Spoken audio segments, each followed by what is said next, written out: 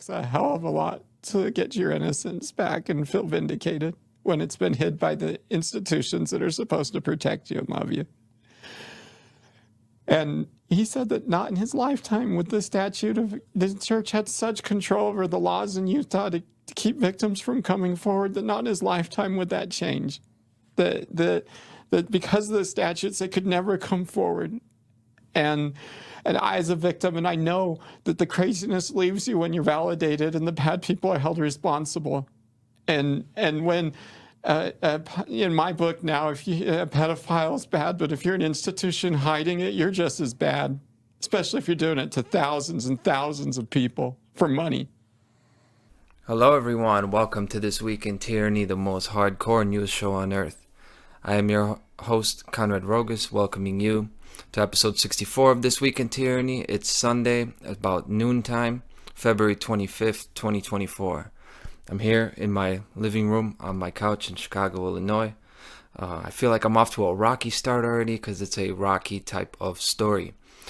I start off the way I'm starting off because these are the stories I dread doing. We're going to be talking about child sexual abuse, kind of the hardest topic there is for me. And then also we have generational brainwashing and destruction of families. This is a big story. It's a huge cult operation by the Mormon church. And we're going to be talking about statewide corruption in Utah and Idaho. Those are more of my kind of topics.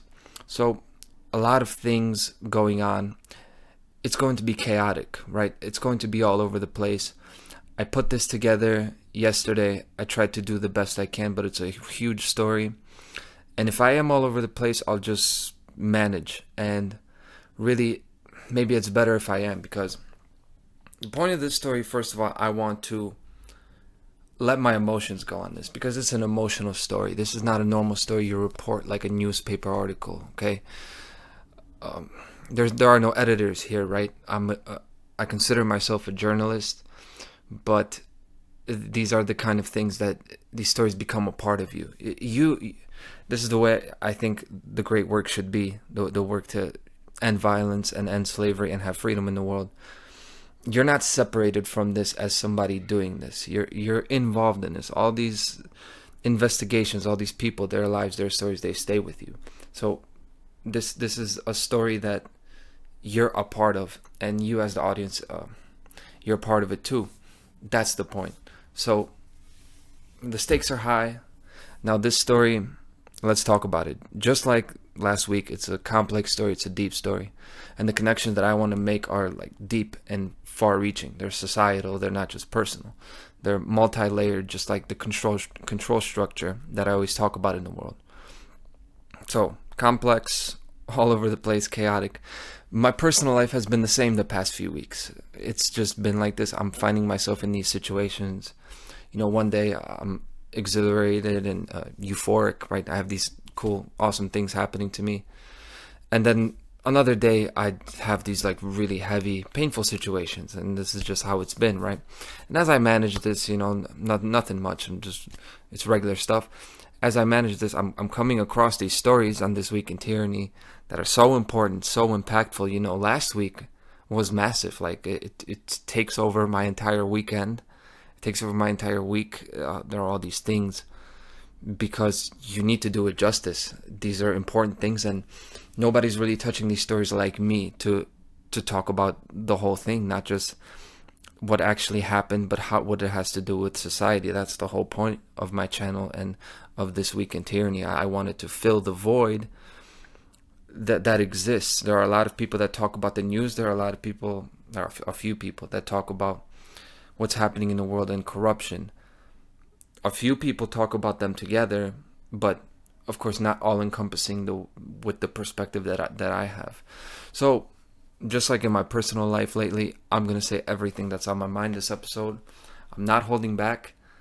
You are probably going to think I'm going too far and I should shut up, just like people in my personal life has said. But I'm going to talk about it because this tone and spirit, like I said, it's missing. People aren't saying it like this. I'm going to give names of people. I'm going to give names of people involved, and I'm going to give names of children, which I get that you don't do. People don't usually give names of children when they're involved in these situations because they're not adults, of course, right? They didn't ask to be a part of this. But me, I don't play when it comes to violence against children. So I don't give two fucks about what somebody thinks about my method of exposing it. Don't tell me that I have to be careful about using kids' names. The people that abused the children should have been careful about doing that to them. I'm not going to take the liability to be politically correct now when it comes to talking about the situation. I didn't do this shit. They did this shit. I'm just bringing it to light. So it's like that. And I'm going to start by giving the facts and the story first, right? Then I'm going to cut deeply and I'm going to talk about everything that comes to my mind in this story. So what actually happened? 6 months ago, you have a 42-year-old YouTuber named Ruby Franke. She was arrested for abusing her children. Big story. She had a channel called 8 Passengers. Drew in millions of viewers, right?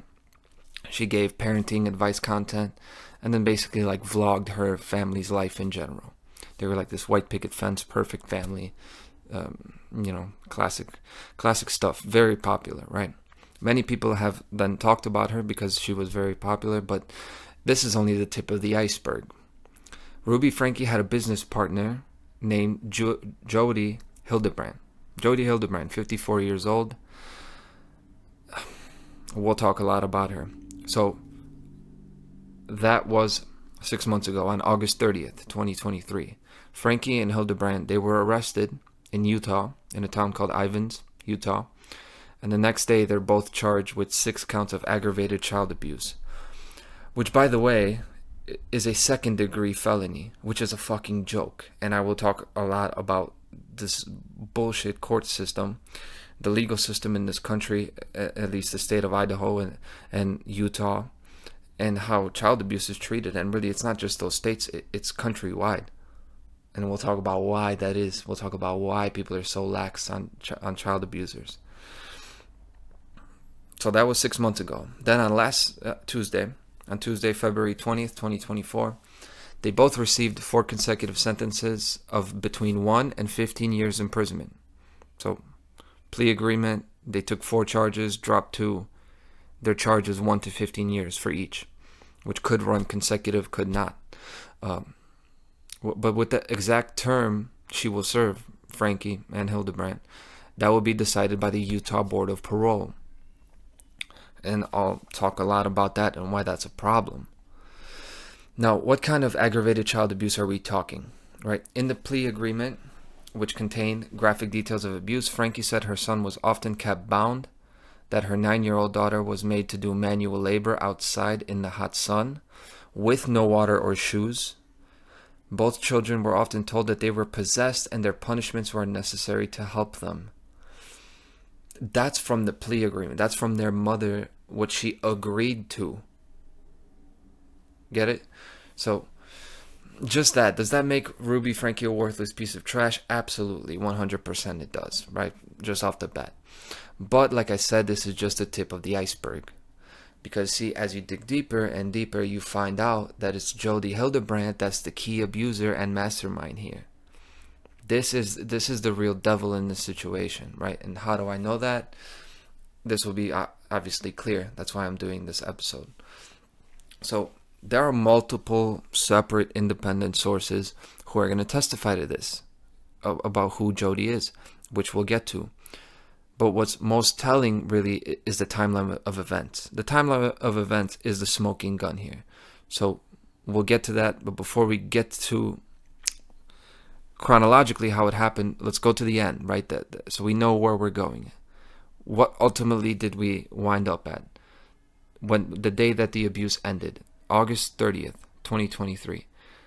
I remember that day, August 30th. It was like a huge, beautiful full moon, right? Warm night, largest full moon of the year. We just had one last night. So this is exactly 6 months, right?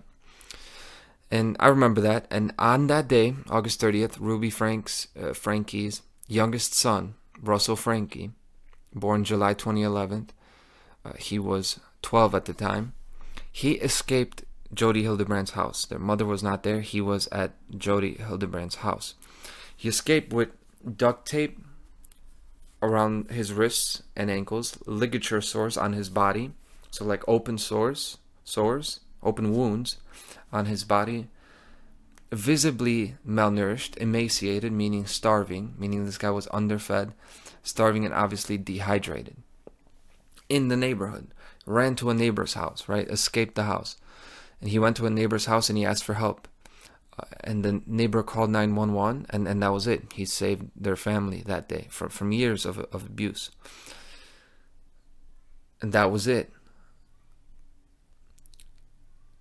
Shocking. His youngest sister, Eve Franke, was also taken to the hospital due to her condition. So this abuse, by the way, this is what I was trying to think of a couple seconds ago. This 911 call is out there. You could hear it for yourself. This neighbor is just like visibly shaken up. But he knew, he said, we've had problems here before. He knew, people know this. And we'll talk about why nobody said anything. Everybody always asks, including me, how did it get there? How did we get there? Why didn't anybody say anything? We'll talk about that. But this abuse included being duct taped, working outside for hours. If you remember last July and August, this is when I was doing videos about the hottest year on record, the hottest month on record. Really, it's not that it was that hot the whole summer, but the whole year was very mild. But there were a few days that were 100. It was 100 degrees plus, 100 degrees plus. The sun, the UV index was crazy. I remember this because I was digging a little trench at the time of that summer, and I worked a couple hours in that sun because I wanted to work outside in the sun. Take my shirt off. I'm like, okay, let's see. I played around with some extreme conditions just to kind of temper myself. Look, I'm an adult, right? I'm a hardened person that lives life as aspiring to be a warrior. These are the type of people that can work outside for hours and my entire group of people who were working, and they weren't doing what I was doing. They were just working outside, inside. We actually called it a day. Everybody went home because it was just too hot. It was impossible to work in this weather. Grown men that work manual labor did that. I remember those few days. And in those days, they were working outside, these children, in 100-degree sun with no sunscreen at this time, without food and water. This is part of the abuse. They were withholding food and water from the kids. And for sneaking a drink, it's actually part of the papers, the information that's coming out. There were actually punishments. They punished the kids for sneaking a drink of water, like being dehydrated, starving, working outside for hours and hours, sleeping outside. This is how they were treated. This is concentration camp level stuff plus and more. And we're talking about kids. Crazy. Now, how the fuck did we get there? How did shit get so crazy, right? How did that even happen? So Jodi's house was the scene of the crime. It wasn't Ruby's house, Ruby's children. It was Jodi's house. But Ruby, independently, before this, was clearly disturbed. She's clearly a control freak. She clearly had narcissistic qualities. You can see it when you look at this person, right? And she has abused her children years before, which viewers criticize her for. She was controversial for some of her parenting advice, which is really controlling parental behavior and child abuse, actually, but not to this level. We're not talking about like torture and slavery. So one example of that, she took flack a couple years ago when her youngest child, Eve Franke, which I mentioned, she was 6 at the time, 6 years old at the time, little girl, right? Was that kindergarten? First grade? Kindergarten. She forgot her lunch at school. So the teacher calls, hey, she forgot her lunch. Can you bring her a lunch? So Ruby, the mother, actually shares this in a public video. This is a story that she herself said, I'm not linking all these videos and the 911 call because I'm going to have like 30 videos to link.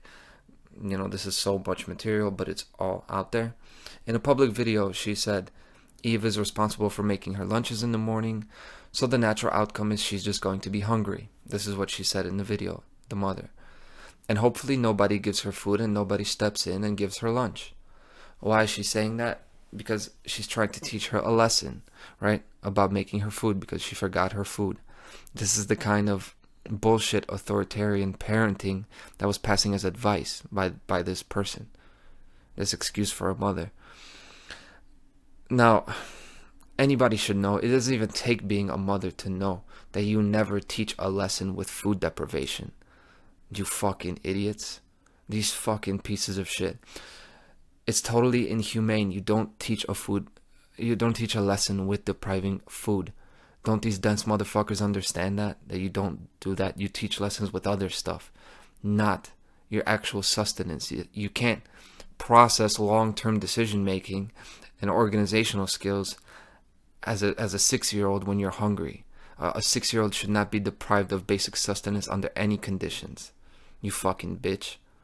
Not to mention being socially humiliated and made to feel the only one in the school in that environment where everybody's eating and you're the only one that's not eating and you're hungry, and the social predicament is accentuating your despair. This is crazy. This is actually a complex torture that they're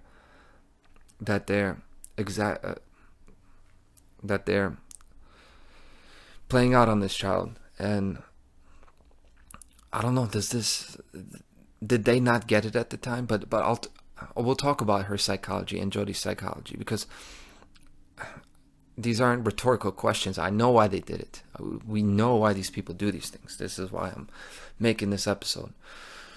So that's what happened.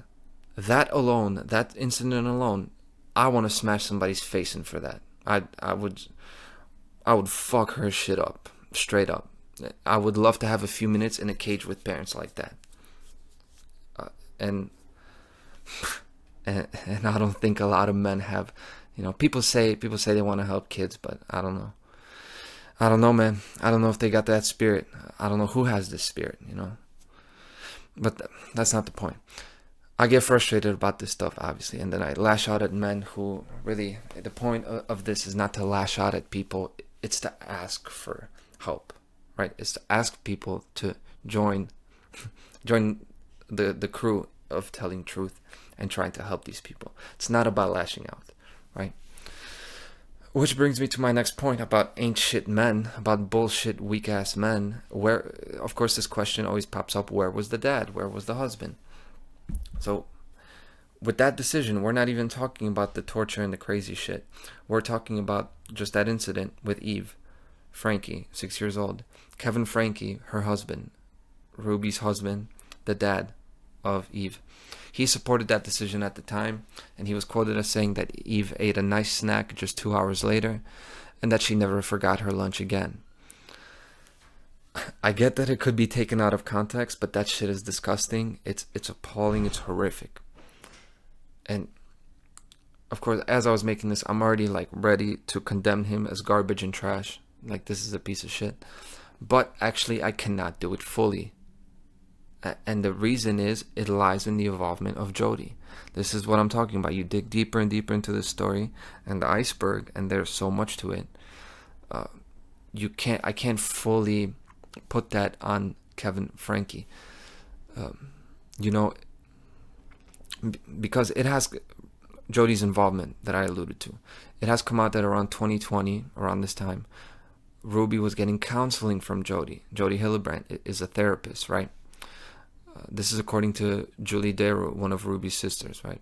So counseling. I mentioned that Jodi Hildebrandt is a therapist, which leads me to the next key layer to uncover that, we have to mention this. We're not talking about a regular therapist. Why? Because Ruby and her family, as well as Jodi and essentially all of Jodi's clients, they're Mormons. We're talking about Mormons here. Mormons meaning the Church of Jesus Christ of Latter-day Saints. Right?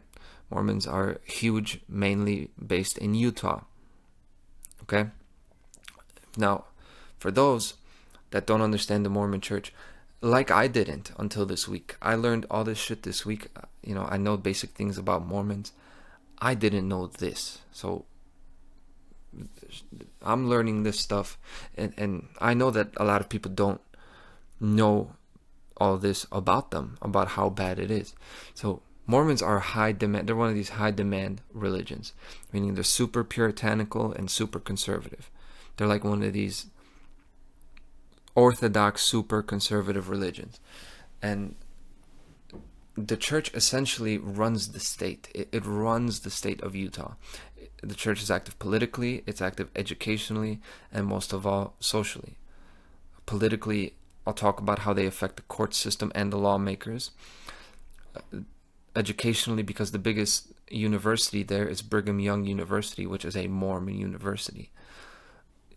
That's huge. People don't get how these religious schools operate, and Brigham Young, BYU, is a massive example. It's crazy. They're active that way. And most of all, socially, they have an iron grip on the lives of the people. Because of how important perfectionism is to Mormons, they're like this super conservative culture. They want to be super devout. They want to have a temple marriage to be socially accepted by others, because everybody's super devout, super religious. You know, it's all about being clean and pure and upright. Okay, it basically has a Christian base, but it has elements of Islam in the way social ostracization works, and it has aspects of Judaism too in their ill practices regarding children, right? So this is where Jodi comes into the picture. Jodi's clients, all of her clients are referred to her by the Mormon church leaders, essentially all of her clients. She is the director of LifeStar Utah County. LifeStar is a national company based in Utah that specializes in pornography and sexual addiction, which is also very Mormon and Mormon church connected. See, like the LifeStar franchise as a whole, Jodi's philosophy preys on the Mormon fears and insecurities, and for Mormons, pornography and masturbation is an evil sin to be taken very seriously. See, it's not casually a sin like in the Catholic Church, where they, oh yeah, don't do that. You know, basically, obviously, wink wink, everybody does it, everybody knows. You know, and if not, then the priests are doing other stuff, other outlets for sexual urges that are immoral, right, and sick. Like, I'm talking about the stuff with the children, right? But this is the whole thing about churches and the obsession with sex. But that's the Catholic Church. In the Mormon Church, it's even worse, because they're really obsessed with this pornography stuff. They're really scared of masturbation, like, for real. There's great fear and concern for both men and women. It's not like the men of today, where they're like, oh, okay, we'll go to church, and, you know, we'll feel some guilt here, we'll repent for it, but we actually know deep down, hey, this is just what men do, it's okay. No, a lot of Mormons, they're deeply concerned, and they're very honest, and they're very quick to talk about the shame and guilt they feel about something that there's no shame and guilt that should even come into play for. But about the Mormon church and doctrines about this, the top apostles have said things like, every parent would rather have their child come home dead rather than unclean. That's the type of shit they say. Hey, that sounds like Islam. That sounds like Orthodox Islam. You'd rather have your child dead than have him bring dishonor to the family, than being sexually unclean. Is this not super bullshit? Is this not the ancient slavery religions? So many Mormons, those who are devout, you know, most of them who strive to honestly achieve this level of chastity, they will seek help with this because it's perceived as a problem. And then they get referred from their spiritual leaders, from their priests and their bishops, to Jodi. And Jodi boasts she can solve this problem. Look at this. This is referrals. This is from the LifeStar website. Faith-based referrals. Clergy leaders can feel confident referring congregation members to the LifeStar IOP, knowing that we have designed our program in alignment with Christian-based principles. Much needed support from staff members experienced in treating sex and pornography addiction. This is their whole thing. So what ends up happening, though, once they go to Jodi, is you get separation of the husband and wife, control of the kids by Jodi and the wife. The money and power goes to Jodi because of continued counseling. And it's essentially a racket, which I will talk about how this happens. I'll talk about how that happens, but the pattern is seen again and again. And that explains that Kevin Franke here was actually alienated, the father, right? He was kicked out of the house. He was separated from his children for the majority of the duration of the abuse. And that's the reason I can't fully call him a piece of shit. That's the point. Now, getting back to the timeline of events, what happened? See, Ruby was actually involved in Jodi's pyramid scheme with the referrals and the therapy and, the costs. Jodi Hildebrandt had a business called Connections Classrooms. Connections was basically her business venture. It was teaching like her principles of parenting and all this, and of therapy, and her dogma about addictions, and that pornography and masturbation is an addiction to be treated harshly, to separate. Ruby actually joined Connections in 2021. She joined. She was on the website. You could see this here. She was part of the crew, and in June of 2022, she actually turned her Instagram from the 8 passengers, the Franke family Instagram, posting pictures of the family. She turned in 2022 into a page that basically became a sounding board for Jodi's dogmatic ideology.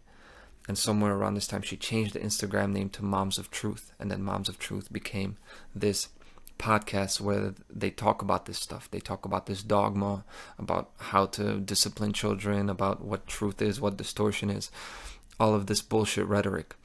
And you can actually see here in the Instagram post, you could see a clean break between what she posts about. How was she posting things about her family, what she looks like, the way she was before, what her energy is. There's a switch. She turns into this kind of toxic, you could see it in her face, in her countenance. She turns into this a toxic, really. You could see it in her face. I don't know to what degree people can see this, but I think you can see in her face she's changing. She's becoming cold. She's becoming an abusive and malicious person at this time. There's a hatred radiating from her face. She fully becomes garbage and trash incarnate. Now, Moms of Truth and Connections, they use a lot of vague words and buzzwords, right? I've mentioned truth and principles. They made lots of podcasts with Ruby giving her bullshit views about parenting and morality. And what really gets on my nerves is the use of the word truth and principles. These religious motherfuckers, they use the words that I use. They talk about truth, they talk about principles, and I've been warning for this for a while now, about these religionists and conservatives latching on to the word truth. Trump with his Truth Social, everything's about truth. Mixing that up with religion and old school conservative values. Fuck conservative values. Truth is outside of that, right? Some of those conservative values are parts of things that are actually objectively true, right? But these religionists are completely poisoning the concept, and they're twisting it in with their religious beliefs. I've been talking about this for a while, and this is what they talk about. So this cult-like duo starts to spread these ideas, with Ruby being empowered to spread all this garbage about parenting. It's a totalitarian parenting mindset. She said things like there is no such thing as privacy, right? A lot of parents think this bullshit, that because it's their house and they're paying the bills, there's no such thing as privacy. But you can hear her for yourself. Worshipping your child will be placing your child's desires over responsibility. It is holding your child's behavioral manifestations as the first priority over principles. So instead of making your decision based on what is the truth, based on what is honest, responsible, and humble, you are basing your parenting decisions on how will the child respond. So you're taking the child's responses and putting that as your number one. That is the worship. And what people don't get about this privacy thing is that's the whole thing about privacy. They're really talking about sexuality. They're talking about masturbation. They're being obsessed with what these boys are doing. They're being control freaks over men. This is this whole sick thing about sexuality. She says this stuff that anything you let your child do is child worship. That placing your child's response at the forefront is worship, child worship to her. Meaning they're supposed to be like slaves. They're supposed to be like automatons and only carrying out the functions of the adults. A slave hierarchy in the household that ultimately serves her. And the shit she talks about, honest, responsible, and humble, these are Jodi's principles. And you can read all about Jodi's so-called principles. They're not principles. They only sound like principles. So what are Jodi's principles? Impeccable honesty. So yeah, honesty is very good. I talk about honesty all the time, being honest in the actions you're taking, and to be honest with yourself about not being a piece of shit. To be honest about who you are and where you need to be. But for her, impeccable honesty is reporting, snitching on yourself. And a lot of people buy this shit. People fill out income tax forms. You know, that's reporting on yourself. You're reporting yourself for doing something bad. This is going to confession. This is the insidious thing about going to confession. I understand the convention of confession about bearing, things you've done wrong, telling somebody and really releasing that. That is a principle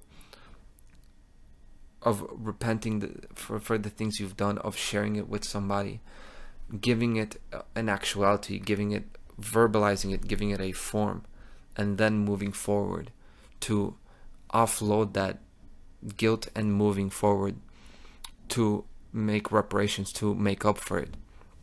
That is a principle. They're talking about that in a confession guilt sort of way, where you confess to an authority that then holds it over you and makes you feel like you're inferior, like you need to do this work, like you need to pay the church, you need to give them donations, you need to do this and that you're not good enough. It's reporting, it's snitching, and this is where our society is going today. Spoiler alert, I'm going to talk a lot about where our world is going. Then the second principle is rigorous personal responsibility. They're talking about sacrifice. They're talking about personal responsibility, saying you got to do this, you got to do this. All these kids have their fucking chores. They have 20 damn fucking chores. Well, what are the parents' responsibilities? What, to do vlogs and use up people's time, spending their time doing something, exploiting their children for what? What are they contributing to their life? Where is that responsibility? When people talk about responsibility, they're talking about sacrifice, as in sacrificing for the collective, sacrificing for the control structure, for the person above. Your boss at work wants you to sacrifice for the company. What do they do for you? Who sacrificed for you? Fuck all this selflessness shit. The third principle is humility. This is my favorite one. Humility, the biggest bullshit. How is humility a principle? Humility is really an emotion, really, right? Humility is something it is kind of like an aspect of decorum, right? It is something you bring to an interaction with a person when you respect them. They're putting humility as a principle. She's talking about being humble. She's talking about being obedient to her methods. You have to be humble to her methods as a husband. You have to be humble when you're talking about, you have sexual urges. You saw Cindy Crawford in a magazine in 2007, and you thought about her in her underwear, and then you had unclean thoughts, and then you come to this fat bitch, and it's not about her, but it is. And I said I was gonna say what's on my mind. It's not a coincidence that these abusers, that this woman looks the way she does. It's not that a big woman can't be attractive. It's she that hates herself. She knows she's not attractive because she has no love in her life. So yeah, this is a fat, crusty old bitch. and it's a piece of garbage and trash. So I really don't think I'm saying anything disrespectful to women, because this isn't even a woman. This is a predator in human form. This is a piece of shit. This is a parasite. So then you're supposed to come with humility to that as a man who supports your family, you know? For what? For having these urges, where this excuse for a woman, she has all this hatred for men. She wishes she was a man, which I'll get to. But those are her principles, right? That humility is about relinquishing the self. This is what people want you to do. They want you to relinquish the self. Think that you're less important and you have to humble yourself to somebody just because they have a position, just because they have a certificate. Fuck that. What do they know? That's the thing about principles. You don't need to have a ranking or a certificate or a license to look at truth. You just look at it. And if you have honesty and responsibility, you take yourself to a level that this little cult programming bullshit does not reach you. But the asterisk there is, hey, this is coming from Mormons. These are people who are raised to not think objectively. They're raised in fear. They're raised in this really cult programming, which I'll talk about. So here's Jodi talking about principles, right? Let's hear it from her. This life is governed by principles, physiological principles, emotional principles, spiritual principles. It's your charge to learn about principles and not run away from principles, shooting off your shoulder like bam, bam, as you go running off into destructiveness. When you're in distortion and you're in comparison, you're attempting to infuse or to believe or create this awareness that you have worth. Like, I have value, I mean something, I'm loved, I'm important, I'm smart, I'm necessary, I'm valuable. You're trying to maintain that and believe in that when you're in comparison in distortion. When you're comparing in truth, you already know you are those things. You are valued, you are loved, you are needed, you are wanted. You have significance, like just because you're standing there. This drives me absolutely crazy. She uses words that are real, uses emotional, spiritual principles. These are real things. But instead of real knowledge, she pushes her bullshit rhetoric, and it drives me crazy. What really drives me crazy is this kind of entitled self-love. She's so self-loving. And I mentioned that she doesn't love herself. This is bullshit. She doesn't know what that is. One of the most aggravating concepts to me is unearned love. What do I mean? This kind of idea that everybody's loved because everybody's God's children. Well, if everybody's loved just because they're God's children, then it's an absolutely meaningless statement, right? Yeah, we get it. Everybody's alive. Everybody was created as an innocent child. Okay, I get it. So what? It's not an innocent child anymore. It's a piece of shit garbage, maliciously ruining people's lives. See, love is not just given to everybody. That's not what the agape love is about. That's not what about God's grace and love is all about. This is another bullshit religious concept that the Lord loves everyone equally. Yeah, maybe when they're conceived or born in their potential, their highest self. But when you turn into a destroyer of families and children, why should we hold back our wrath on those people? I'm talking about wrath. Like Old Testament kind of way. That's what we should do to them. Right? If you believe in the concept of unearned love, that you just, no matter how demented a person is, no matter who you are, how demented you are, believing that those people are still loved, you want to pray for them, right? You want to pray for their spirit. The point is, if you believe that, you won't take the actions to stop them, and this is the problem. It's not that anybody cannot ever repent. Yeah, everybody can repent, no matter how bad it is what you did. You do have a way back. That's true. You do always have that kind of love, no matter how far you go. But that's not for you to concern yourself with. It's for you to concern you with is taking the actions to stop them. And people are talking all about this. Oh, everybody's loved by God. Everybody's a child of God. And you won't take the fucking actions to stop them because you think it's between them and God. It's not. God can't do anything in this world unless a living physical being does it in the physical world with physical real action. That's the way shit gets done. That's why we're here. Yeah? Nothing happens unless it's done through actual action, actual people taking steps to create the change. This is why we came to the earth. We're part of God's plan, right? But no, people want to sit on their ass and think it's going to unravel by itself, not realizing that you're creating these people, you're helping these people with your inaction. And Jodi, the more you look into her, the more it becomes obvious that she derives great pleasure from destroying people, especially men. And I talked about, my thoughts why. She, and this is the connection now to our society and tyranny in general.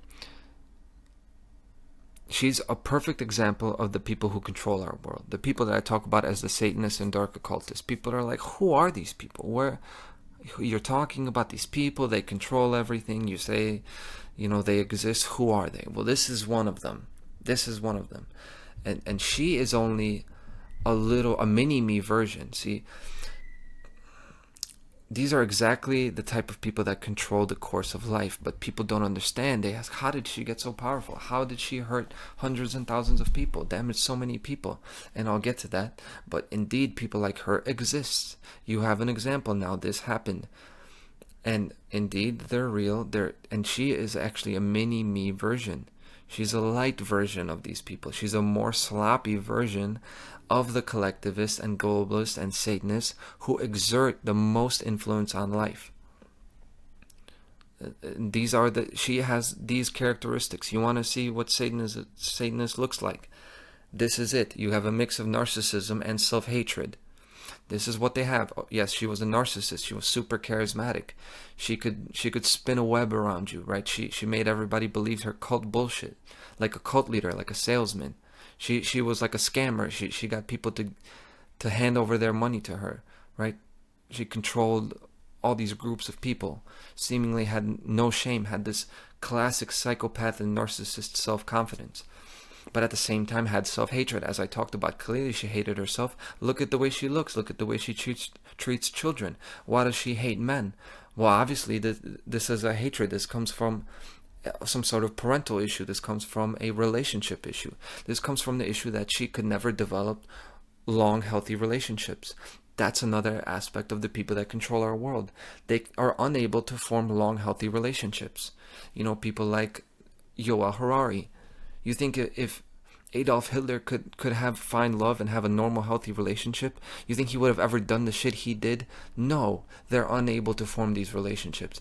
That's why they go and control others. Mix of self-hatred and narcissism. You have the charisma, you have the shameless confidence, and you have a knack for bullshitting gullible people. At the same time, you get no conscience. That's totally Jodi Hildebrandt. No conscience, as you'll see. And then being obsessed with controlling other people. As I've said, control freaks. This is who they are. Bill Gates, control freak. Steve Jobs, control freak. This is what they want. Yuval Harari, Elon Musk even, they want to implant stuff into the people's brains to control what they do, to track everything you do. Control freak behavior. This is what they think about. These are the people advising your governments. And you get Jodi Hildebrandt, perfect example of what they look like. But you don't connect the two together. There's a connection here. This is what they're like. She had a rough divorce after a short marriage. Well, it's clear that she hated men. Multiple people have said she looked down on the church leaders who subsidize her. She looked down on the bishops and priests because she thought that she could do much more if she was born a man. Because of course you have the envy because she was not able to become a priest in the Mormon faith, right? Women are not allowed to become priests or leaders. So she looks at the men, she hates men, and she thinks if she was just born a man, she could exercise even more control, and she would have been even more authoritarian than them. She actually looks down on the pedophiles. She thinks that she could exercise even a harsher control and inflict more damage than them. And I mentioned the financial angle. She's like she got all these people's money. As we learn later, she has a method of raking in money on marriage counseling. She does that, then she separates the men from the women into groups. She targets the men with sexually shaming them for their sexual desires, and they buy it. So she talks to the men hits them with this shaming, right, with this psychosexual manipulation. And then in the women's group, she targets the women, and she manipulates the women into pushing away their husbands, eventually leaving their husbands, thus becoming even more so dependent on Jodi. See, she hates men, and of course, and there's this pattern, this pathology that she has that is bordering on personal or sexual relationships with these women. You know, she had all this resentment for men, and that's why she stuck with the women. She manipulated these women against the men, and assimilated these women into becoming like a pyramid scheme cult for her, while the husbands, of course, got left and got destroyed. Their lives were taken away. And 3 different people have repeated this same pattern, right? And indeed, one of them was Kevin Franke, the father of these children that were abused. And these men and women's groups, I actually found it advertised on her website. Her website, connectionsclassroom.com, has been taken down. You can't find it. I found all this shit. I found it archived. And you see it right there, these men and women's groups. Now, according to Kevin Franke's lawyer, his last name is Kester, Ruby gave up the 8 passengers thing and Jodi took it over through connections. I don't know why she gave it up. We don't know what Jodi got out of it other than running the show and telling Ruby what to do. Early on, Kevin was no stranger to his wife's therapist turned business partner and their tight relationship. He was aware of Jodi and knew Jodi, said Kester. I am confident that she came to the house and hung out. Obviously. At the same time, Ruby began spending increasing amounts of time away from the home in the company of Jodi. They went on trips for days at a time, said Kester. They would go on what they characterized as business trips. Kevin stayed at home with the kids. He was a devoted husband and would not stand in the way of her self-development. And these so-called devoted husbands are actually absentee husbands. There are a lot of absentee husbands out here that are complete passengers and onlookers to their life passing their by. They're losing their woman. They're losing their whole family. Because I don't know what the fuck they're thinking about. They're slipping up. The men are slipping up in this society. See, he may not be complete child abusing trash, but he for sure is a weak man. Weak excuse for a man. Look at this. They're grown up versions of lost little boys. But I am sensitive to the situation, like of appeasing your wife. You've had children, you've been together for years, and you're well aware of the hell that woman can cause in the home, the conflict that can arise at the home. You know, I'm single, I haven't been married. I understand this level of fear that can happen. So I have to be sensitive to that. I get it. I haven't experienced that, right? I still think he's a bitch, Kevin Franke, for his passivity and ballless cowardice. I still think he's a coward. But that's the thing, right? They were raised in a high-demand, puritanical, perfectionist religion, meaning that he's prime material for a cult leader to come in and take over his household and take over his family. This is, not his fault totally. It's the fault of his upbringing. It's the fault of being brought into a religion that teaches you to subvert the self, that teaches you that you're not the totality, you're not an individual that stands alone, that your value only derives from Christ or derives from a church structure. Bullshit. You're a complete being on your own. That's how a real man looks at himself. And if he was a real man, he wouldn't have married this woman, Ruby. And you can look at her and you can see that there are skeletons in the closet. Look at her. Look at her here on the right.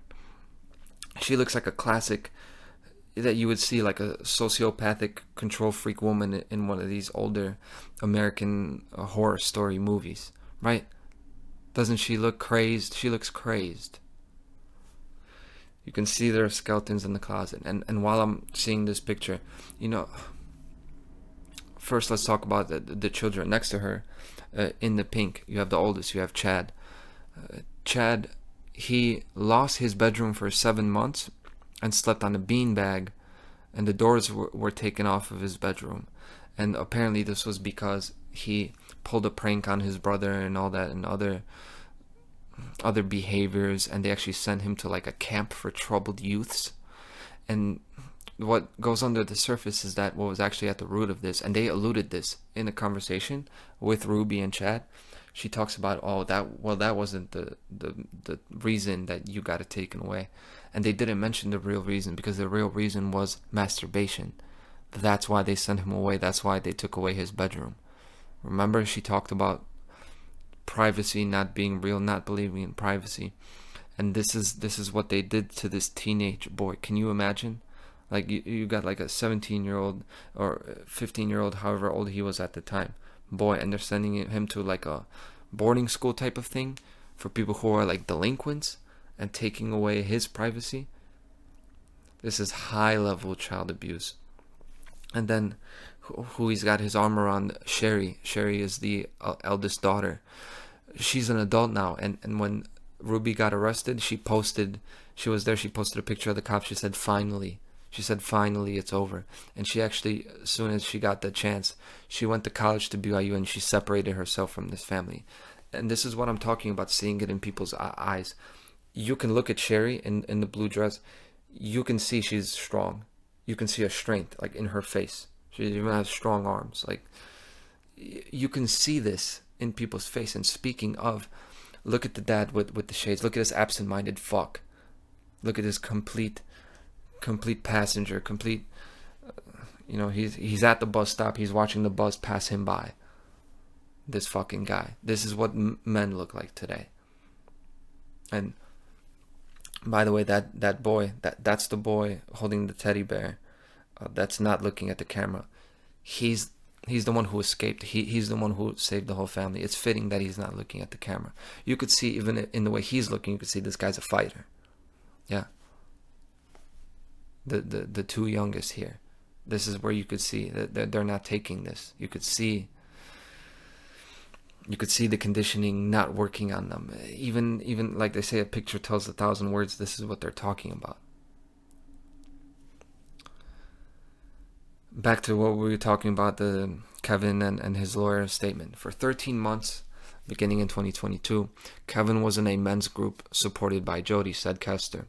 Jodi directed the meetings, and Kevin was told that he was greedy and narcissistic and selfish and everything bad, and he needed to go repent. It's exactly what I said. These meetings coincided with Kevin being told that it would be best if he moved out of his family home, moved out of his home. We think it was Jodi's idea and that she pushed it on Ruby, continued Kester. It happened after Jodi and Ruby and Pam had been on a trip.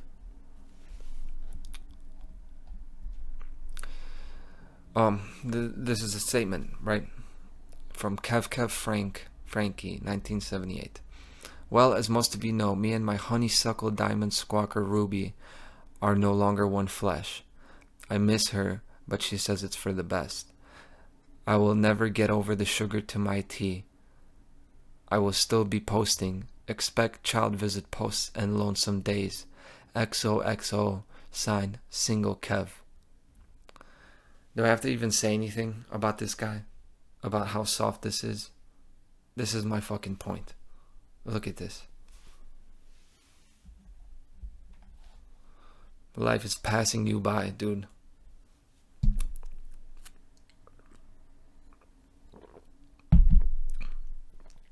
Watchers and observers. It's crazy. This story is making me sound like Mark Passio. So, according to Kester, Kevin said he would do what it takes to repair his family. Then in the summer of 2023, Jodi had Ruby move in with her. This is the pattern that I talked about, right? Separating them. Then she integrates with the women. Then in December of 2023, Frankie's husband filed for divorce after having been separated for more than a year. And they mentioned Pam. They mentioned Pam being on a trip with these two women. Who's Pam? Well, Pam Bodtcher was actually detained and questioned the same day that Jodi and Ruby were arrested. She is actually someone who avoided any punishment. She was the third member of Connections. They had really 3 official members.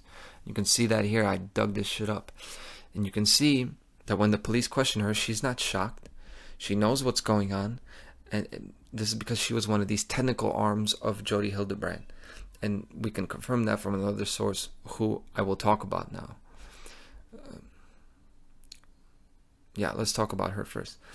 Jessi Hildebrandt, Jodi's niece. This is her niece. This is Jessi Hildebrandt. She did a show on the Mormon Stories podcast where she talks all about Jodi and what abuse she experienced directly from Jodi for years. Now you don't get this. This is a hero. Jessi Hildebrandt is a hero.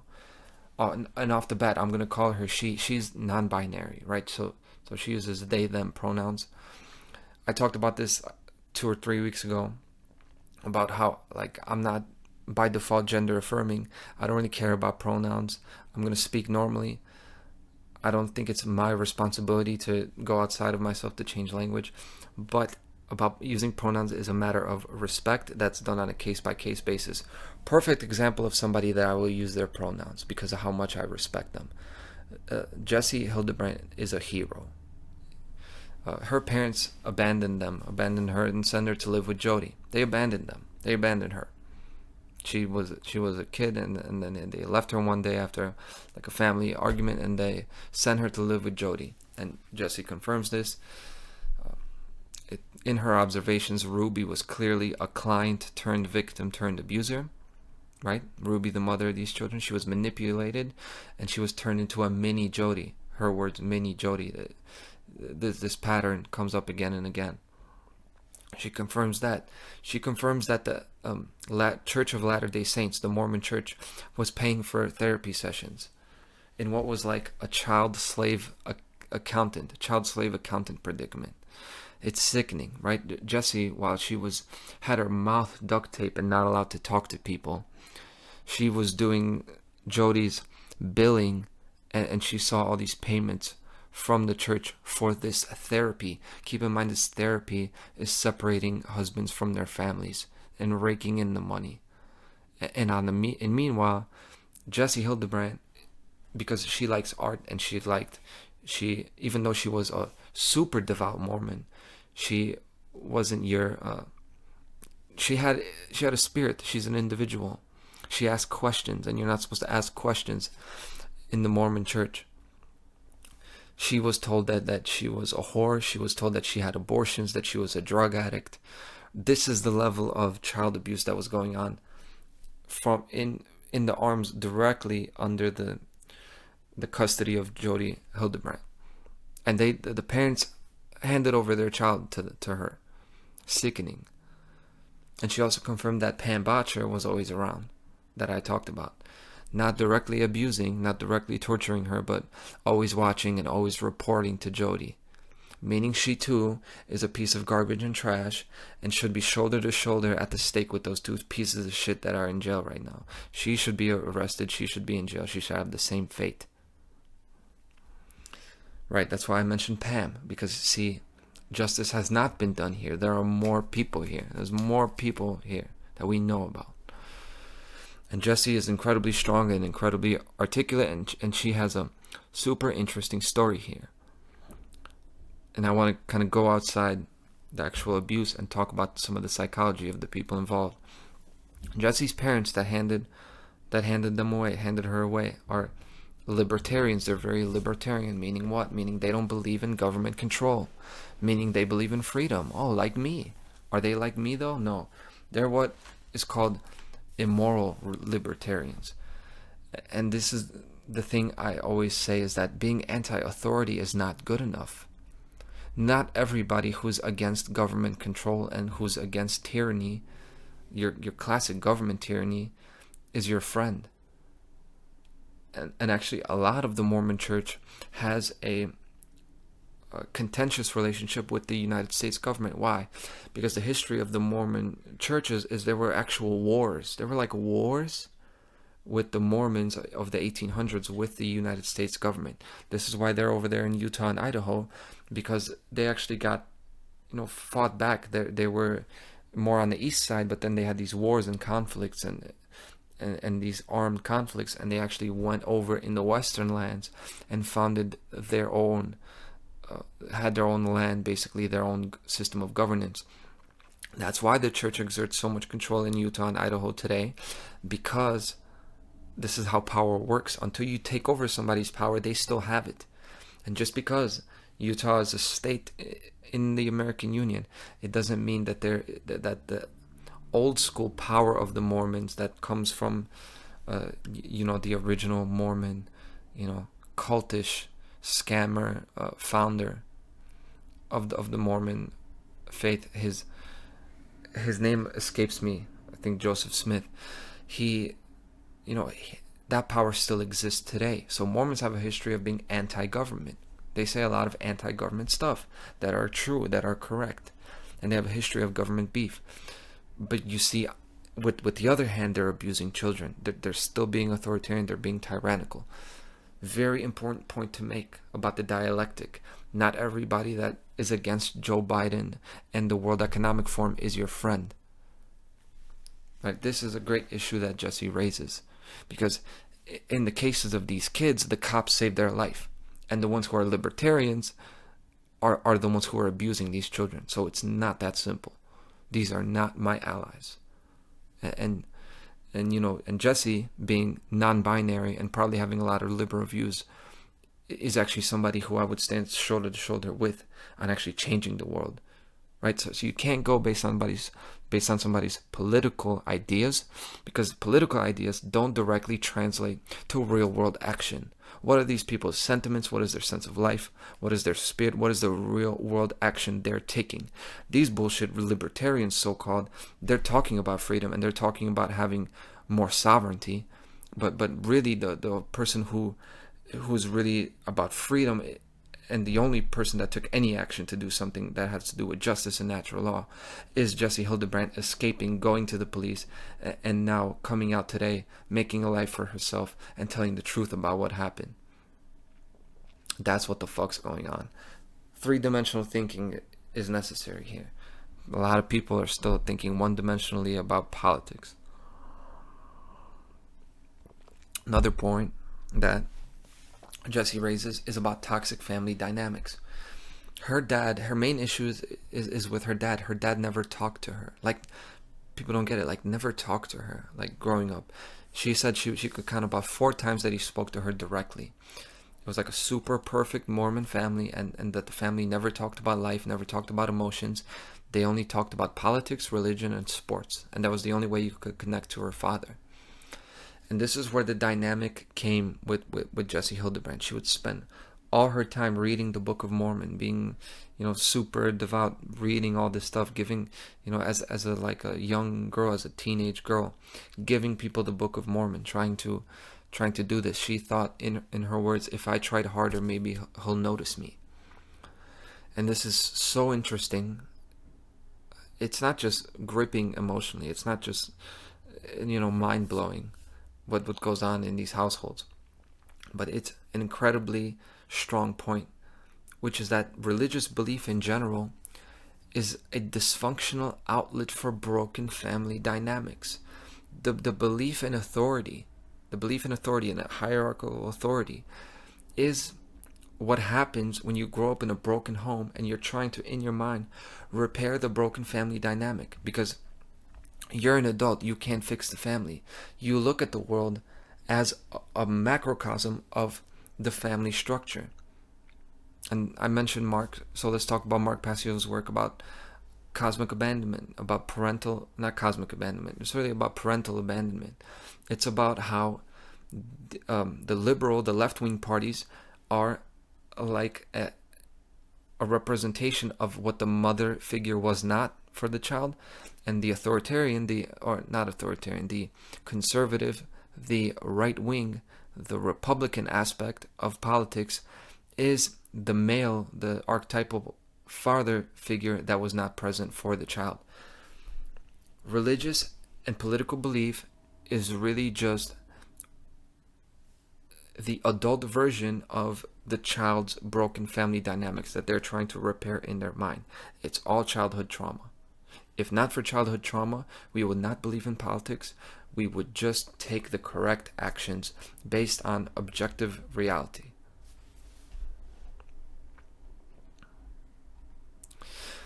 So these people, these fanatical religionists, these conservatives, these are our Trojan horses in the freedom movement. There's a bunch of them.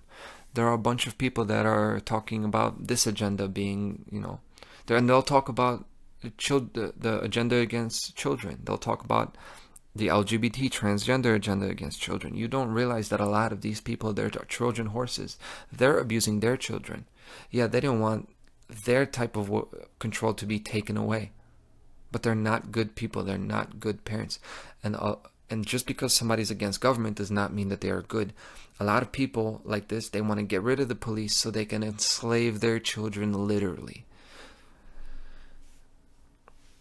And this is why we won't be free. This is why we won't be free, because if not for the police and the hospital, who saves these kids? Who would have come in to save these kids? Would you have done it? Would I have done it? I didn't know about it. If I would have known about her YouTube channel, I would have been on that shit, shutting it down. I would not let her sleep. I didn't know about this, and you didn't know about this. So who would have actually stopped it? Everybody was afraid of the social ostracization, right? The only people who stopped this was what, the person who called the 911 operator, and the only person who actually stopped these people from doing what they do is a person with a gun and handcuffs who put them in the cage. Unfortunately, this is how things work today. If not for the police, who saves these kids? I'm anti-police. Order followers are trash. But unfortunately, through the actions that they're taking, a lot of these cops that are actually part of the control structure, they have actually taken real actions to stop real abusers. Have you? This is the real hard point. This is the hard truth. So who saves these kids? Who's going to take this mother out? Who's going to take Jodi out? Jodi shouldn't be in prison. They shouldn't be in prison. They should be burned alive. And not from sort of punitive, sick, diabolical thing. It's literally so that every cell in her body could be freed from whatever shit happened to her in her life to turn her into this person. Like, she should be burned alive so that her spirit, whatever is left in her, can be freed from her. Like, as the fire melts her skin, maybe in that moment, as her flesh is burning, she will repent and realize the priceless value of the human being. Because in her current state, she never will. Ted Bundy will never change. John Wayne Gacy would never change. Serial killers will never change. They're not able to change in their form. They have to be separated. They have to be broken down, burned alive. And then they will have a chance to repent, actually. Like, I'm serious. She shouldn't be eating and shitting every day and rotting in jail until old age to be fucking buried and to rot in the soil that food grows from. That's a part of our ecosystem of the soil that we get our food from. I'm serious about this. They should not be alive.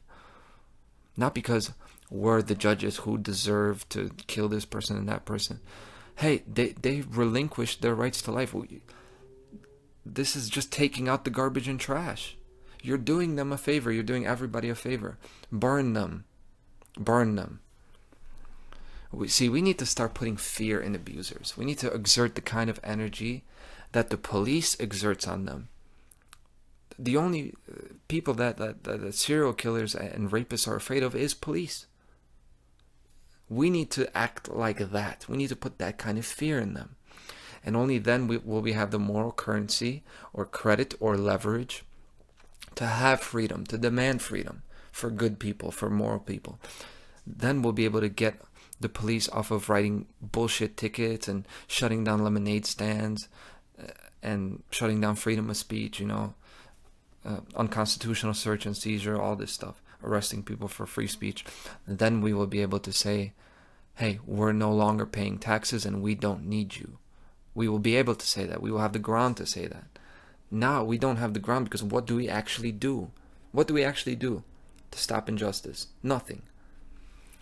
We need to get active to look out for children first. And we're talking about Mormons here, right? This is in the Mormon church. But for the good Christians too, for everybody, you're good Christians, you guys, the good Christians. You have a child abuse too in your church, do you not? And I'm baptized, so I guess it's my church too. Well, I'm doing my part. I'm doing my part in the church. I'm doing Christ's work. Are you? Why downplay the pedophilia in the church? Why would you downplay it? See, this is how you lose society, guys. There are good things about the Christian morality. Very, like, the best people you'll meet, a lot of them are Christian. The Christian charity, right? The actual values of helping others, of being a good person, of not stealing, not taking from your neighbor. Great values. These are principles. These are natural law principles. But you're going to defend your hierarchy that hijacked your faith? Why? This is how you lose society. You need to be more harsh on your own people. Don't give these motherfuckers a break.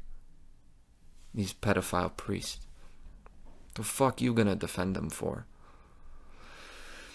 And the truth is, all religion makes people susceptible to be abused. All of it. Because all religion teaches subordination to the individual, of the individual to the group. All religion, even the Hindu and Buddha religions, but that's in a different way. We're not talking about them. We're talking about the classical religions that are dominant, that have a hierarchy and control structure.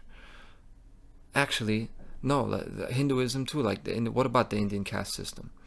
What about the bullshit Buddhist teachings that are teaching you to basically just take shit and turn the other cheek? They do this too. Be peaceful, be a pacifist. This is subordination of your rights to the rights of what?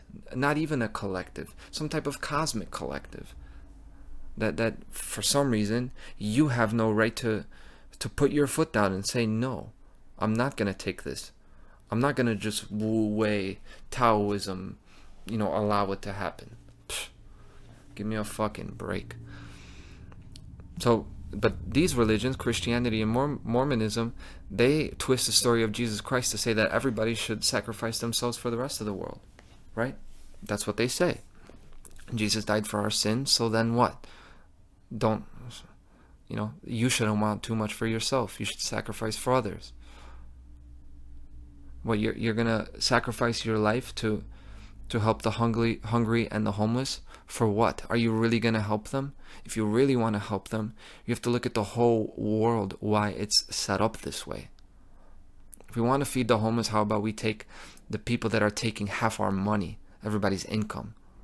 Then we can solve homelessness. How about we take all this land, this 80% of the land, 90% of the land in the United States that's federal. Why is it federal? Why can't these people have a plot of land to build shit for themselves? And you want to go help kids in Africa. The foundations are taking your fucking money. They're injecting them with depopulation shit.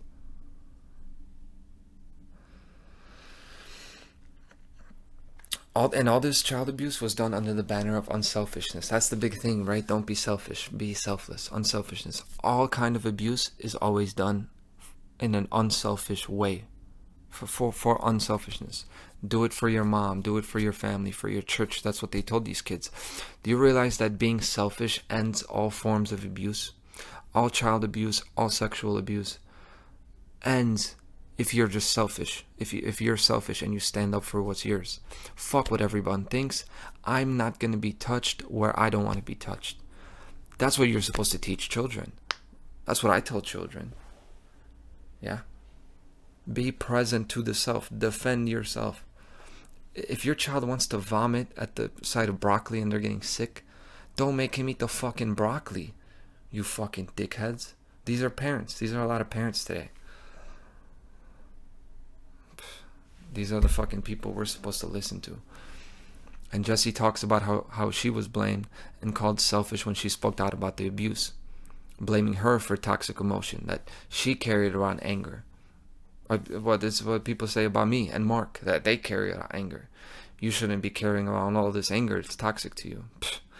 And they told Jessi, stop making this about you. Can you imagine?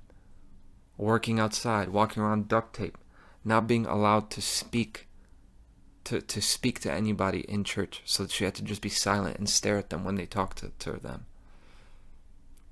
So they told her, stop making this about you, her own family. No, nothing is about you. nothing is about you. Don't be selfish. And Jodi herself thought this. See, most of the time, she probably thought that she was doing God's work, that she had to do all these things to rid these children of these demons. It's all for some big cause, right? Big unselfish cause. And that's the history of religion. Bullshit religionists do the worst abuses for completely unselfish reasons. I bet you the Inquisitionists and torturers would have said that too. Hey, I'm just doing this for God, right? Because they went against God. See, torturers like Jodi, they get pleasure from it, but because they're self-hating. But in their normal everyday life, when they're just living their everyday life, not just doing this outright, they justify it by saying it's necessary. That they're not doing this for selfish reasons, that it's not even for their own enjoyment, that it's for society's help, or it's for, God's kingdom. If this doesn't sound familiar, I'll tell you what else was a religious ritual forced on people. The COVID-19 vaccine. Never mandatory, but enforced with social shame and ostracization. That's a religious ritual. That's a shaming ritual. And this powerful structure of social shaming is what creates the environment for Jodi Hildebrandt. This is what makes Jodi Hildebrandt in the world. See, this is the reason why no one came forward, because they would be totally alienated and attacked by everyone if they went against Jodi.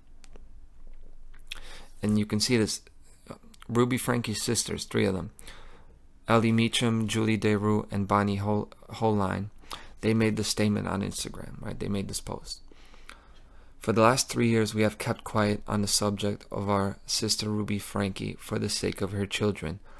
Bullshit. Bullshit. It's not for the sake of their children.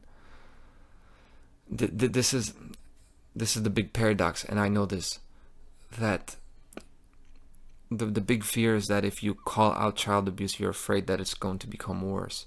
That's not an excuse. Continuing, behind the public scene, we have done everything we could try to make sure these kids were safe. Bullshit. They did not. They did everything that they could legally try to make these kids safe. And legal is not enough. You can't work within the court system because, as you see here, it's all tied in with the church, right? This is institutional abuse, institutional corruption. It's not enough to just go to the police. Finally, it was enough that they arrested them, but it took this long. It took that child to escape. What if he didn't? How long would it have lasted? Who would have done something? This statement makes me disgusted again. I don't know if you can see my disgust. We wouldn't feel right about moving forward with regular content without addressing the most recent events. Once we do, we will not be commenting on it further. This is just a trash statement. Talking about their focus is on regular content. We couldn't just keep going with our regular content without talking about it. But then once we do, we won't comment on it further, meaning they're not going to talk about it. They're just giving themselves the justification, hey, we talked about it, now we'll never talk about it again. They said Ruby was arrested, which needed to happen. Jodi was arrested, which needed to happen. The kids are now safe, which is the number one priority. For who? Not for them. Their number one priority was their own life, which you know what? At the end of the day, you have to understand, because they are YouTube influencers too. So they're thinking about their own life and their own kids.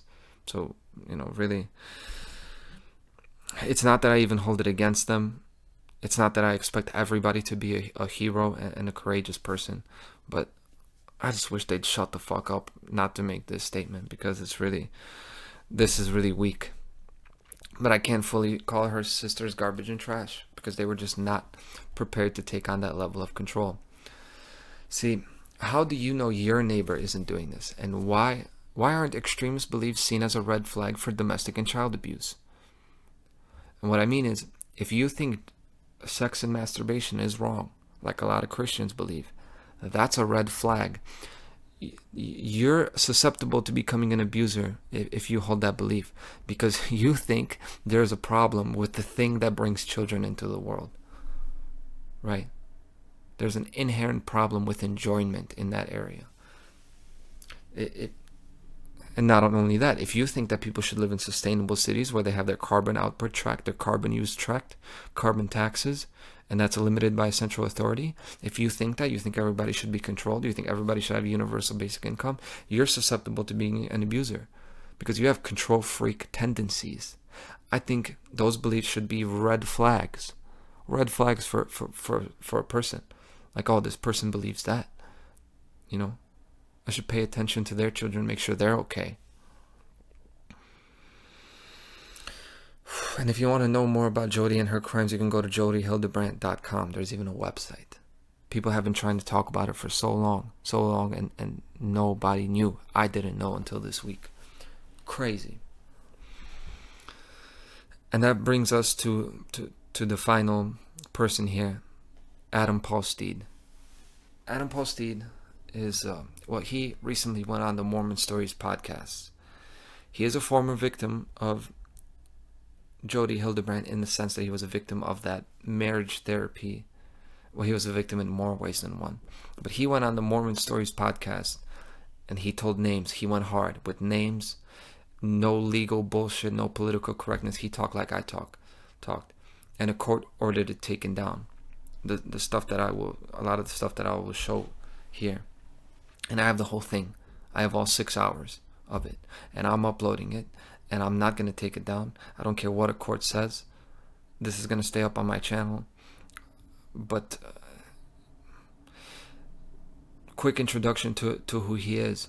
Yeah, if anyone criticizes you as an interviewer for allowing an interview that triggers me, I just want to say ahead of time that's my own choice, because I don't want to live in a world that's a prison full of triggers everywhere. I'd rather talk about the truth and have the world come and help fix this.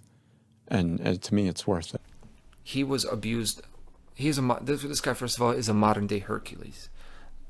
Like the ancient stories of like heroes like David and Goliath, these people who are like heroic, like revolutionaries. This is a modern day Hercules. I hold this guy like this is top 5 most courageous people living today. Incredible person. He was sexually abused as a Boy Scout in Idaho when he was like 14, right? We're talking about like over 20 years ago. As a child, he was sexually abused, and he blew the whistle on this. He escaped. He stopped it happening, and when it was happening in front of the eyes of this whole camp, like a bunch of kids. There was a guy like in his late 20s, which is just crazy. It's crazy to think about child abusers my age. Like, how does that even happen? But he filed the case against him. He saved these kids. He blew the whistle and he took them to court. And on February 24th, 2005, him and his dad, they actually filed the case against Bradley Stowell, who was the pedophile. And they filed the case against the Grand Teton Councils of the Boy Scouts of America. Right? This is 19 years ago. To the day, yesterday, right, February 24th, and they won, and they got this shit exposed. This is the beginning of this whole stuff you hear about, like the Boy Scouts and the abuse in the Boy Scouts. That's him. You could thank Adam Paul Steed and his father, Paul Steed, for that.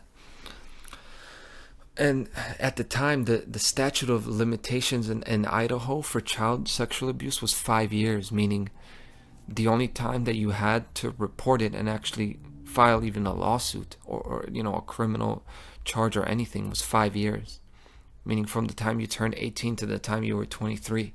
If you didn't do it by that time, that person couldn't be held responsible for it. And just so you know, like for other crimes like rape, the statute of limitations is like 50 years. For murder, there is no statute of limitations. And there was one for 5 years. Why? Because I talked about the power that the church has in Idaho and Utah. And this is the whole reason. That's the reason. This is the old Mormon lineal power.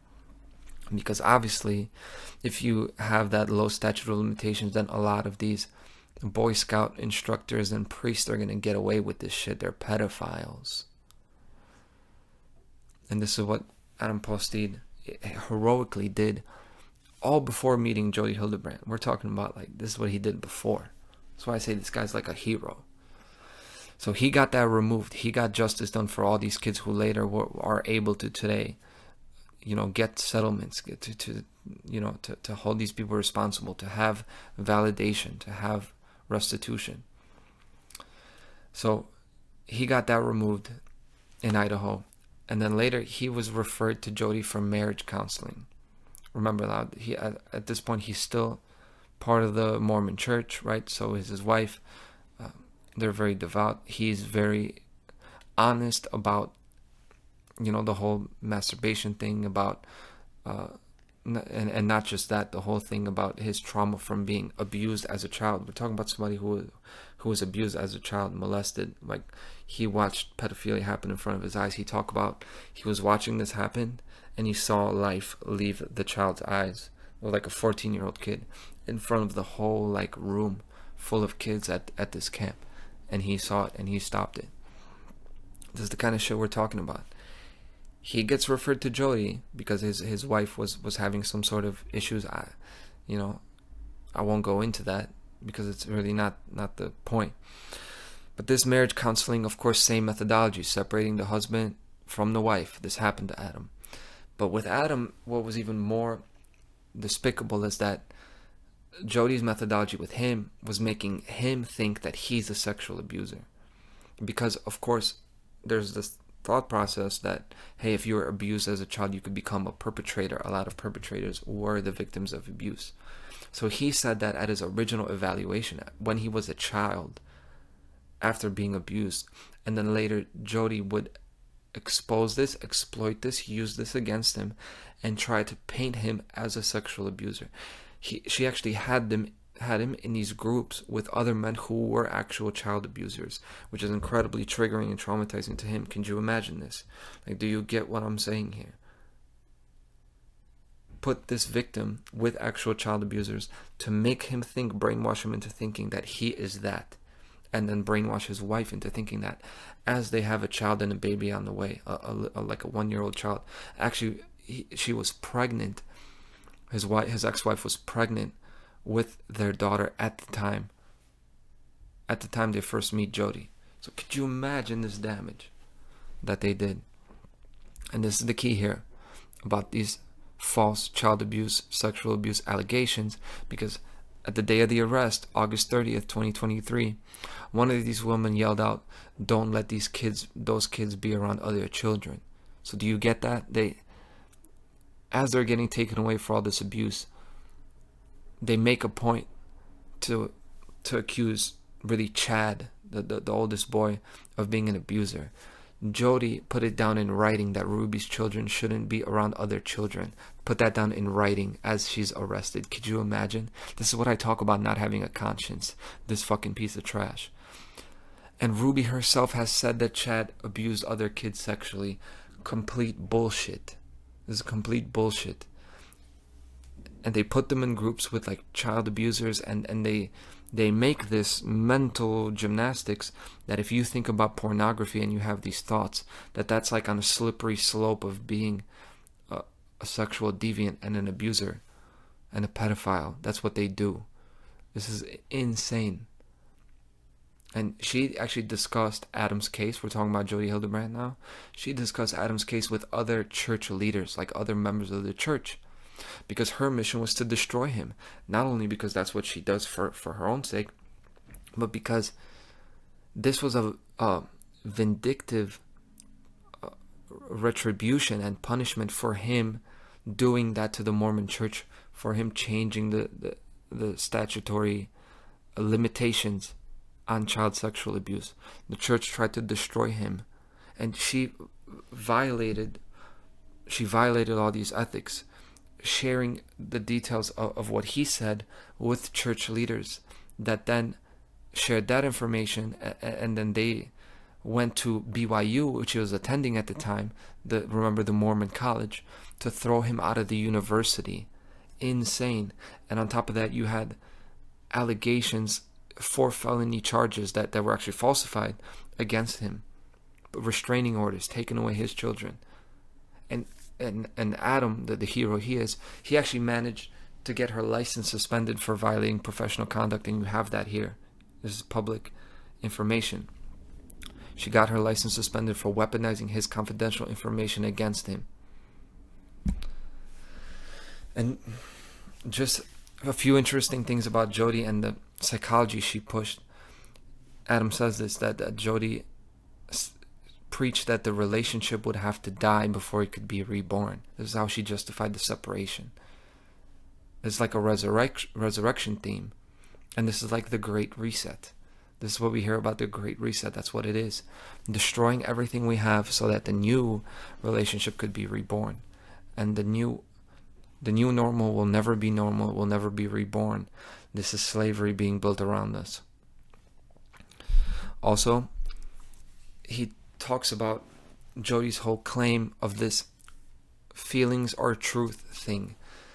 The way she justifies branding people as abusers and her harsh, abusive, torturous methods.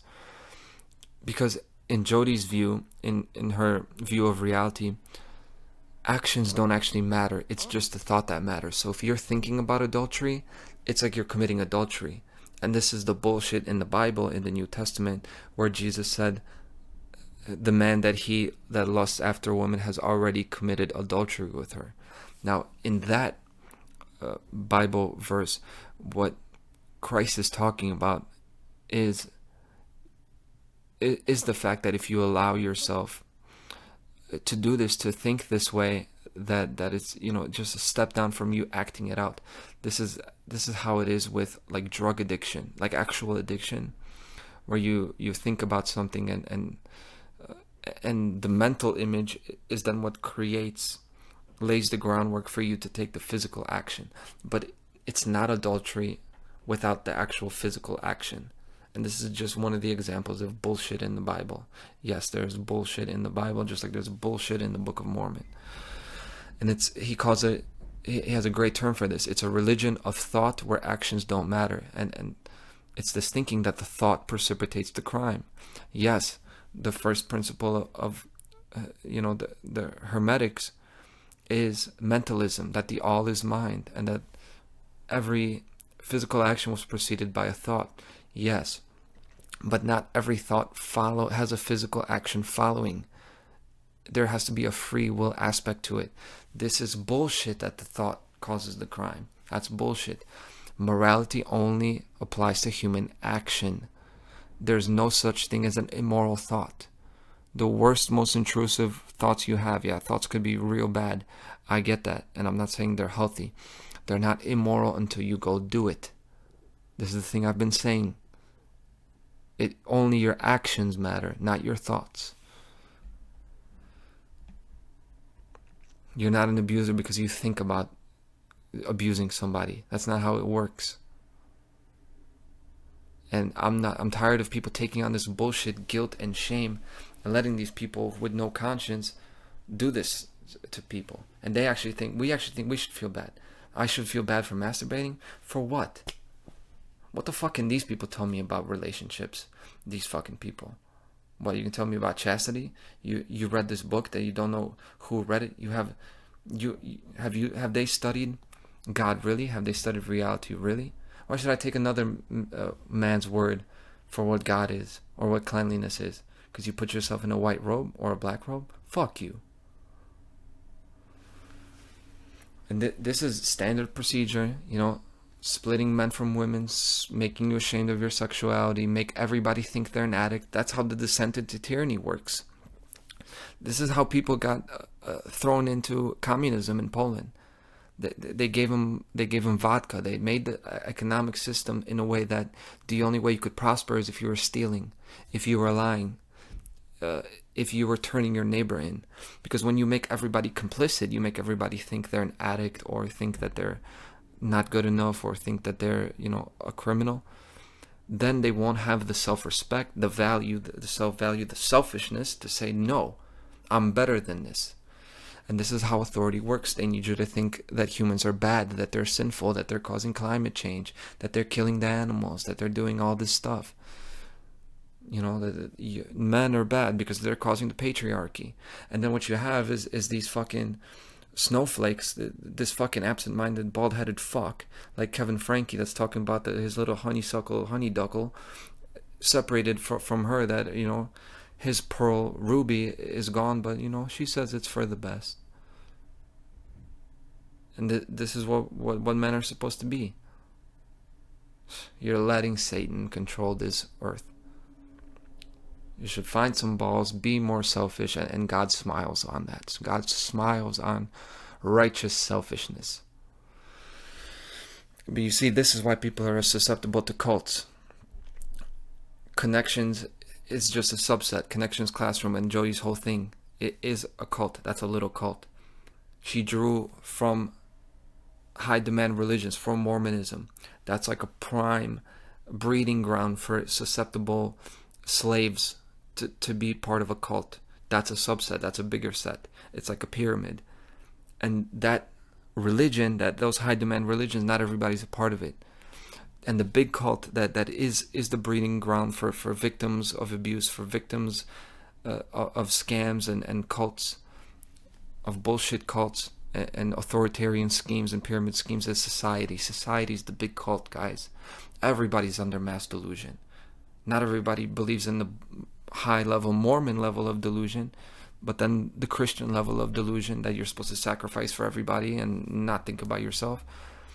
Everybody in society is under mass delusion, thinking they're not good enough, thinking that self-interest is bad, thinking that they're not good enough to speak up, that they should just defer to the authority because they know better. Parents know better. This guy knows better. Maybe I shouldn't speak up. Everybody's in this big cult, this mass delusion. And the name of their channel, the Franke's channel, it perfectly encapsulates the sentiment. It's called 8 Passengers. Ruby, Kevin, and the 6 children. 8 passengers, no driver. It's 8 passengers in the car going fuck knows where. Fuck knows where, being driven by what? By whoever takes over, by Jodi? What, by Jesus? No, there's no driver there. Nobody's directing their life, directing their family's life to actually do something with themselves, to actually progress. So we can no longer be passengers in this life. We have to take control and hold institutions accountable. And we have to hold the people accountable, the snakes and cowards who hide behind those institutions. So these institutions, they destroy Adam and his father. His children are taken away. His wife accuses him of raping her daughter. This is exposed. He had his innermost childhood trauma used to destroy him, to arrest him, to kick him out of BYU, triggering his trauma and all of that. But the worst of it all, the worst of it, is this incident with Jodi and his ex-wife that I'm just going to play. See, Jodi is guilty of the child abuse that happened with Ruby Frank's kids, a client, Franke's kids. And Jodi coaching Ruby Frank with this child abuse situation. Jodi's also guilty of coaching my ex-wife, Morwenna Kleivweg, of another child abuse situation, because when the psych evaluator of our custody case looked at the notes I showed of the emails between Jodi and Morwenna, and they saw the graphically disturbing nature of a little girl coming home from a visit with her dad, a 1-year-old or something, and being flipped upside down and your clothes pulled off and your legs spread and photographs made and crazy spooky stuff like we've been reading being said all about it. And them pointing at her saying, daddy pee-pee, trying to get her to say it. And them talking about this. That, when the psych evaluator looked at that evidence, she had to call the police and file sexual child abuse against my ex-wife for doing that. And again, there was no criminal report. There was no police report. There was just spooky, crazy, bizarre, crazy stuff. And that's what they did to him. And Jodi and Ruby, they got 1 to 15 years. 1 to 15 years, 4 counts, which means they could serve 4 to 30 years, actually, because the limit is 30 years for consecutive sentences for this person that did that. Is that enough, 30 years? But it's not even that. The Utah Parole Board can let her out after a few months. She already got her license suspended and then passed with flying colors, showed all this, and of course sweet talked the whole fucking commission and was right back to doing this again. Jodi will do this again. And it's not just them. Lifestar and the Mormon Church continues these practices right now. There are so many Jodi Hildebrandts out there that we don't know. This isn't a fucking story that happened and is over and that's it. And we're patting ourselves on the back and happy fucking ending. There's no happy fucking ending to this. This is a call to action on a demonic genocide happening in the continental United States. Not there, not in Syria, not in Israel, fucking here today. A concentration camp-like cult, concentration camp-like conditions happening within the homes of regular people. It could be happening fucking next door to me. And if we want freedom, we have to end this. Put fear into the abusers, domestic abusers, abusive parents, pedophiles, and control freaks, and all these cult leader fucking narcissists.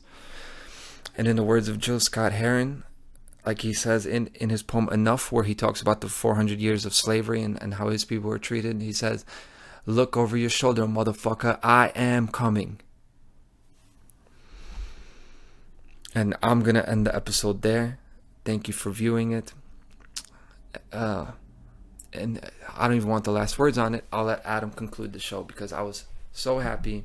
This was Tuesday at the Sentencing, what I'm about to play, and it's absolutely triumphant. I saw all these 6 hours of him like really struggling, like really, really in agony. But then he was at the sentencing, and this performance there is amazing, and he calls his dad over, the guy who, thanks to him, you know, they actually got these people held responsible. And the only thing I'll point out before I let him speak is that he talks about Richard G. Hillam. His name is actually Harold G. Hillam. I don't know if maybe he used that name, but if you want to look him up, Harold G. Hillam. He was the president in the presidency of the 70, meaning, you know, one of the main executive leaders at the top executive position in the Mormon Church, he talks about, he attended with Jodi. He was at the court hearings where he was getting, you know, the restraining orders, getting his kids taken away. He was physically present at the court meetings, and he was actually connected to the Boy Scouts. He's actually directly connected to this vindictive agenda to destroy Paul, and he fought Adam until the day he died. But that piece of shit, child abusing, protecting, garbage and trash is dead today. He's burning in hell today, and on Tuesday, and hopefully today, Adam is smiling and calling the world to action better than I could. Adam's email is in the description if you want to send your support to him. I'll put all these links together. Thank you very much for joining me on This Week in Tyranny. All I have. Thank you. Thank you. Thank you very much.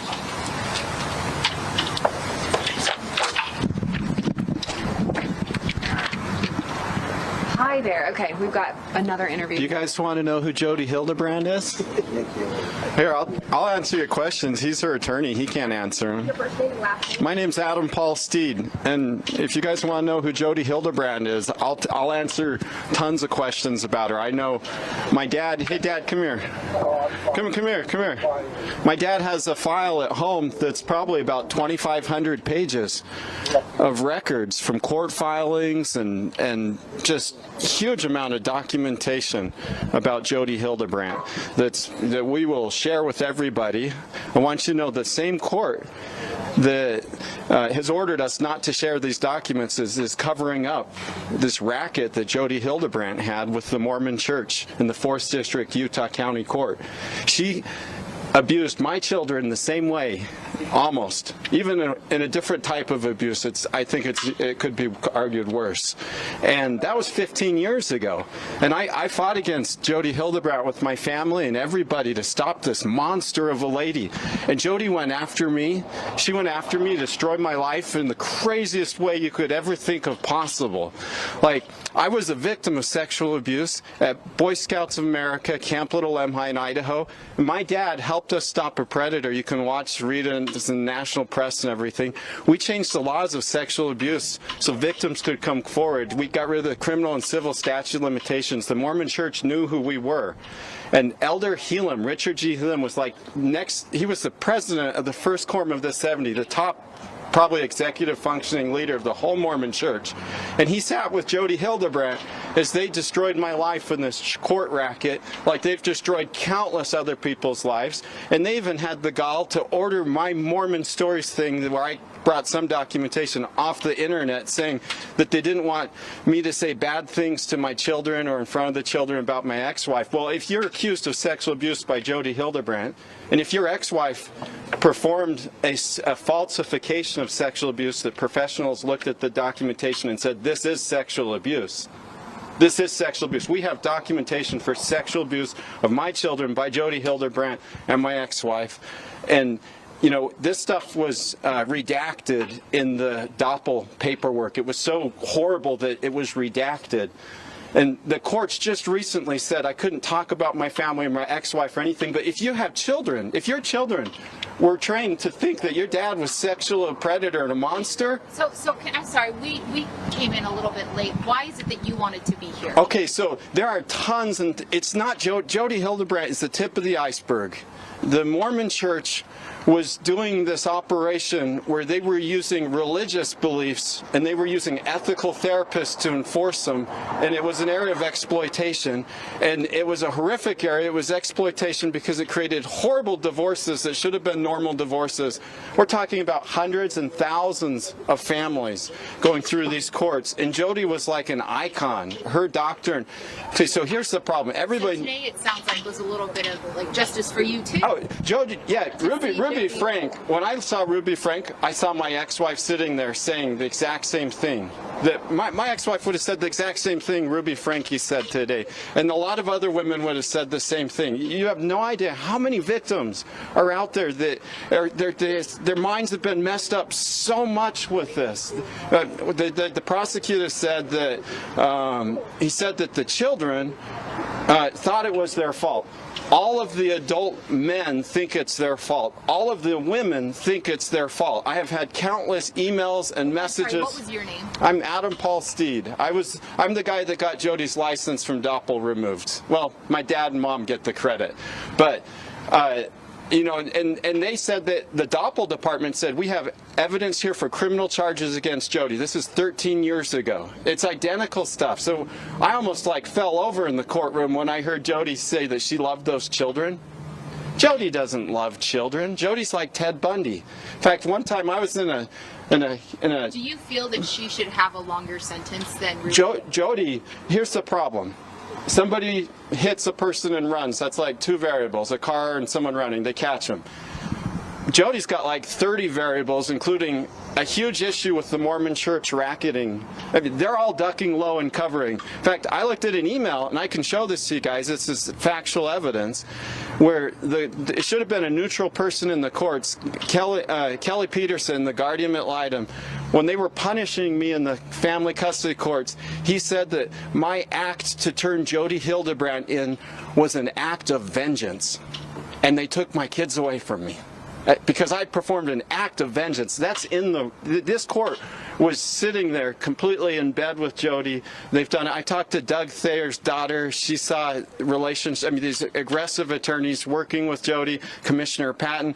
All these people know about Jodi. The BYU Honor Code office before they kicked me out of school for being a whistleblower on child abuse, I guess. Jodi Hildebrandt went there and told them I was the most dangerous man she'd ever met in her lifetime. We have hundreds of pages of this stuff of Jodi Hildebrandt working with top church leaders to dispel me. I got kicked out of school my senior year. This lady, we've got all this documentation of how she talks, how she walks. Now, here's what I do want to say. I don't like Ruby Franke, but I don't know her. I just think you have to be a selfish person to fall for Jodi's stuff. She's got a certain kind of carrot that gets certain kind of people. But Ruby Franke would have never done any of this stuff if Jodi Hildebrandt hadn't have been the mastermind and just completely created this. Ruby Franke's not dangerous in the sense she's not going to go out and do this to more kids, but Jodi Hildebrandt will. When we went to Doppel, and we went to Doppel ordered her to go through all this ethical stuff. She went through the whole thing with shining colors, and she turned around and did the same stuff again. I mean, even when she was teaching us that we were safe to come to her and stuff, she was abusing children at the same time with one hand and teaching a godliness with another hand. So what's her motivation? Jodi Hildebrandt had a weird relationship with my ex-wife. It was a dual relationship. It was bordering sexual in nature. I mean, she went through different women that made her look powerful and important. My ex-wife's dad was a Area 70 in the Mormon church, and Jodi Hildebrandt wanted power, but I know her instincts. When you're in a pain and suffering, when you talk about something and she finds a way to hurt you, it makes her blush. It makes her feel euphoric. I've seen her act that way and look that way in the worst of circumstances. So I always compare Jodi Hildebrandt to Ted Bundy, because nobody can figure out why a serial killer would kill people. Jodi Hildebrandt, she grows off of people's pain and destruction. And when she sat there and said she loved those kids, I almost fell out of my chair. The only thing her version of loving children is find a way to make them hurt more than anything possible. It's like an energy she feeds off of. You're all grabbing. Thank you so much, Adam. Yeah. Sorry, I didn't. It's a little traumatic for me, so if I monologue, I'm sorry. Does anybody have a question? Covered a lot. Covered a lot. We got a ton of documentation. That 4th District Court's got to be ducking their heads right now, because I do want to say something. There's countless children out there that have been raised to believe their fathers are predators because of Jodi Hildebrandt. And the 4th District Court and other courts involved don't want to show they made mistakes. So who's going to help those children? Like, who's going to help them? Like, this is a court of public opinion. People need to find out the truth to go help all these children and help all these people come forward. And the fact that the court tried to silence me for being on the front edge of coming forward is just an example of how the same notorious people in power back then that allowed Jodi to do all this stuff are alive and thriving today. And if you give a damn about our children, you got to do the same thing I do and fight for what's true. Thank you so much, Adam.